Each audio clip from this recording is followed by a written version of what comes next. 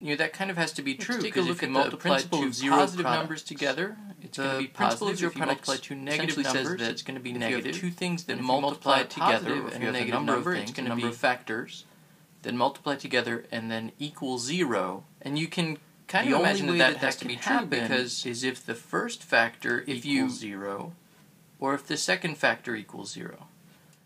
And if you think about it, it makes sense that that has to be true, because if you have two positive numbers and you multiply them, the result is positive. Two negatives multiply together to give us a positive as well, and a positive and a negative number multiply together to give us a negative number. So the only way that we could get 0 is if one of the things that we're multiplying with is 0. What that means for us, if we have a factored expression, we can rewrite it. If we have a factored expression like this, where I have a pair of factors set equal to 0, I can rewrite that as two simpler equations where I set each of those factors equal to 0. So this equation, it can be simplified into two simpler equations, 3x plus 7 equals 0 and x minus 6 equals 0. And then of course we can solve each of those. If I subtract 7 from both sides, I get 3x equals negative 7, which means that x has to equal negative 7 divided by 3. You're dividing then both sides by 3. And over here, it's even a little simpler. If I add 6 to both sides, I get x equals 6.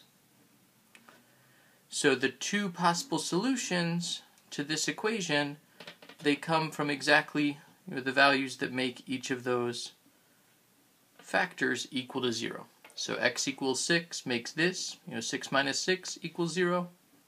X equals negative 7/3 makes 3 times negative 7/3 plus 7, equal to 0. So if we have an equation that's not factored, if I can factor that side, since the right-hand side equals 0, if I can factor the left-hand side, I can then simplify the equation by setting each of those factors equal to 0. So I would encourage you to pause the video for a moment, try to factor the left-hand side of that equation, and then you'll figure out what the solutions to the equation would be. In just a moment, I'll work through the process, but I encourage you to take a moment and try to work through it on your own. Let's take a look at this. So first you might notice that y is part of each of those terms, the variable y. And so first, we should always try to think about common factors, and I can factor out the common factor y. That leaves behind y squared plus 8 times y plus 12. And now for a trinomial like this, I want to think about a pair of numbers that multiplies to equal 12 and adds to equal 8. Of course, the numbers 2 and 6 might come to mind, so I can factor the trinomial part here as y plus 2 times y plus 6. Of course, I don't want to forget about that y that's out in front of everything. Now I have 3 separate factors, and so I can split those into 3 simpler equations. The y that's out here by itself gives us a solution of just y equals 0. If I set y plus 2 equal to 0, we get a second solution of y equals negative 2. And finally, y plus 6 equals 0. Solving that equation gives us a third solution of y equals negative 6.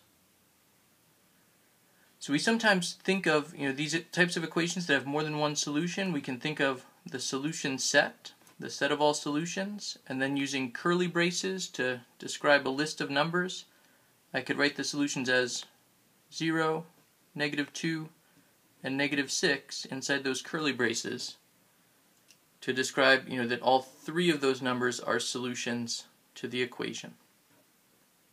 I want to mention a word of caution. When you apply the principle of zero products, you have to make sure that on one side you have 0, and on the other side you have a factored expression. And then that allows us to take the factors and set each of them equal to 0. I can't directly, not the way it's written here, I can't use the principle of zero products to solve this equation until I get 0 on the other side. Right, so I can't really use this because this isn't 0. If I could rewrite the expression somehow, and I can do actually a couple things. I could distribute the m and then subtract 30 to the other side. Now, if I could come up with a factorization of the left-hand side like we did in this other example, then I could use the principle of zero products. But with 30 over there, I can't do it. Also, I have to be careful here. I need to have factored expressions over here. So I wouldn't want to say, it wouldn't be true to say p squared equals 0 and negative 4p equals 0. Right? I wouldn't want to take those terms and split them and set them equal to 0. I can only use factors. Right? So there aren't factors over here for me to split. So like we did with the second example, I would need to turn those into a factored expression first before I could solve the equation. So of course it's not terribly hard to do that here. I could factor out a p, and I'm left with p minus 4 equal to 0, and then we could use the principle of zero products. So just be cautious about it. Make sure you have 0 on one side of an equation and the other side is totally factored.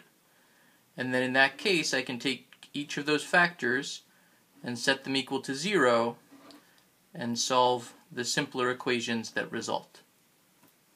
I hope you enjoyed the video. Thanks for watching.